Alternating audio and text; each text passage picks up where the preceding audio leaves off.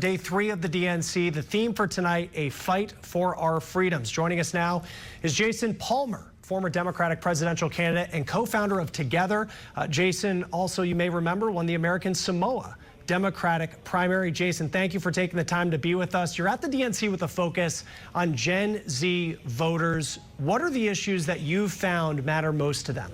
Well, everybody thinks that Gen Z voters are very focused on climate change and, gun violence reduction, and these are important issues for them, but even more important is their own economic well-being. Gen Z voters want to know, how am I going to get a job? How am I going to build a career? How am I going to be able to afford to buy a house?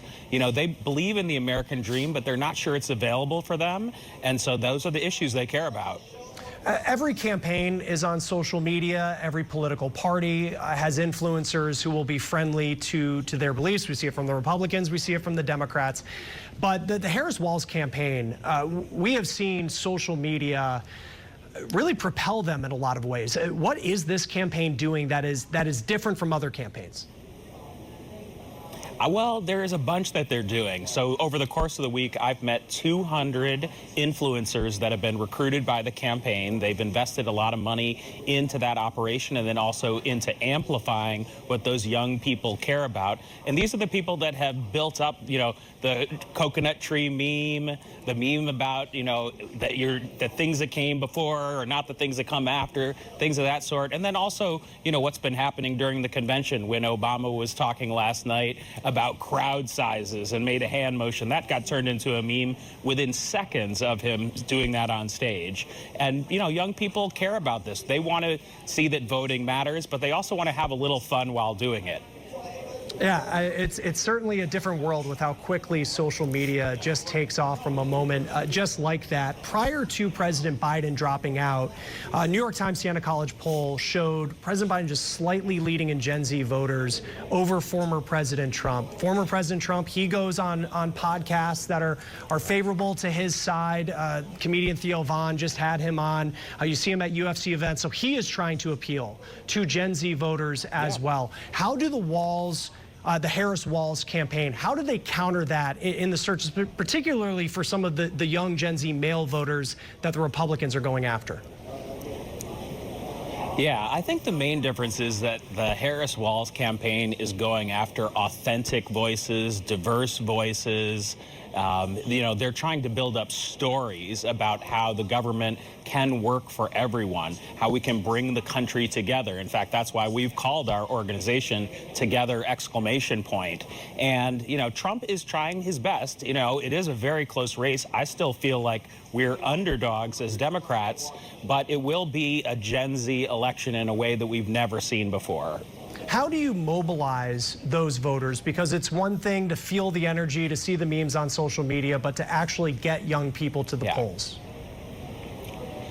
Yeah, now this is the real test, because in prior elections, older generations vote at higher percentages. But this time, I do think younger voters, Gen Z and millennials, will vote at higher numbers. And the reason is because there are multiple organizations like Vote.org, Rock the Vote, Turbo Vote, which have actually made it easy to register to vote online. Now, you can't actually do the voting online. You still have to actually request an absentee ballot, or you have to go to the polling place, or you have to drop it off in a drop box. But just being able to register to vote, making that easy, making that online. We're going to be at 300 college campuses all across the country, trying to get 1 million young people registered to vote. There also are a lot of programs in high schools. Almost 1 million students will turn 18 by November, and they are eligible to vote. So this really could be, because of the online easy ability to register to vote, could be a banner year for Gen Z.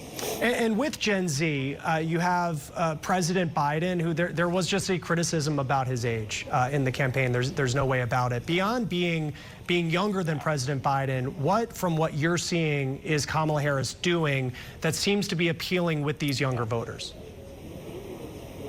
Yeah. Well, I think a lot of it is listening to them. So, the Biden campaign's main message was, save our democracy, not Trump. And honestly, that message was not resonating with young people, because young people don't know if democracy is going to work for them. They feel like our democracy is pretty severely broken. Whereas what Kamala Harris is bringing, and Tim Walz, is like positive energy, optimism for the future. We're going to enact policies that actually affect you, that make it easier for you to buy a house. Look for them to come out with additional policies over the next few weeks, which will be focused squarely on younger voters and on the 21st century. You know, to be honest with you, this is partly why I ran against President Biden, was I felt too much of his campaign was looking back. It was, look what I've accomplished over the last 4 years, instead of look what we can do to win the 21st century and make it an equitable one for all Americans. It's often a criticism of young voters that if a candidate's cool, that's something that appeals to them, and not necessarily policy. From what you're seeing of Gen Z voters who are excited about Kamala Harris, how much of it is the memes, the excitement, and how much of it is actually policy? I think at this very moment, it's a little meme heavy, but I also recognize I'm 52 years old. I'm not that generation. But I will say, from talking to, we're doing multiple events with Gen Z delegates here at the convention, one yesterday, one this afternoon.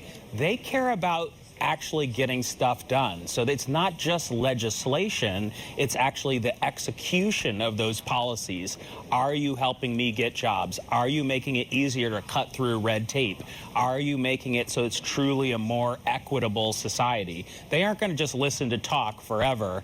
But I do think for this month, since it's just 4 weeks into Kamala's campaign, it's okay that it's talk and meme heavy, but the policy needs to come pretty quickly afterwards in the next month. And I have to ask, last night's roll call vote, ton of energy. You won the Democratic primary for American Samoa. What was it like when they cast their votes that are yours? You won the primary. Well, you know, I had released them from voting for me about 3 weeks ago, and I also have done breakfasts with them multiple times this week. You know, having someone of Asian American descent, you know, where American Samoa is, it's 3/4 of the way across the Pacific. They feel like they're almost connected to Asia, to India, to the Philippines, to all of that, because, you know, way back in the day, the Philippines were an American colony as well. And so they told me, once Kamala was in the race, they really wanted to be released to be able to vote for Kamala. And thankfully, Kamala was the first presidential candidate that I endorsed and donated to in 2019. So I was on board with that as well. Had you met them before in person, the delegates from American Samoa? It's funny that you say in person, because I felt like I had met them all, but I had met them only on Zoom until now, when they actually are here and we're eating breakfast together. I didn't realize, for example, that Patrick and Alex were so tall. You know, there are football players from American Samoa, and a lot of people from American Samoa are tall, but seeing them in person, it was a first time on Monday when I met them. All right, Jason Palmer, former Democratic presidential candidate and co-founder of Together. Thank you for joining us. Thank you so much for having me.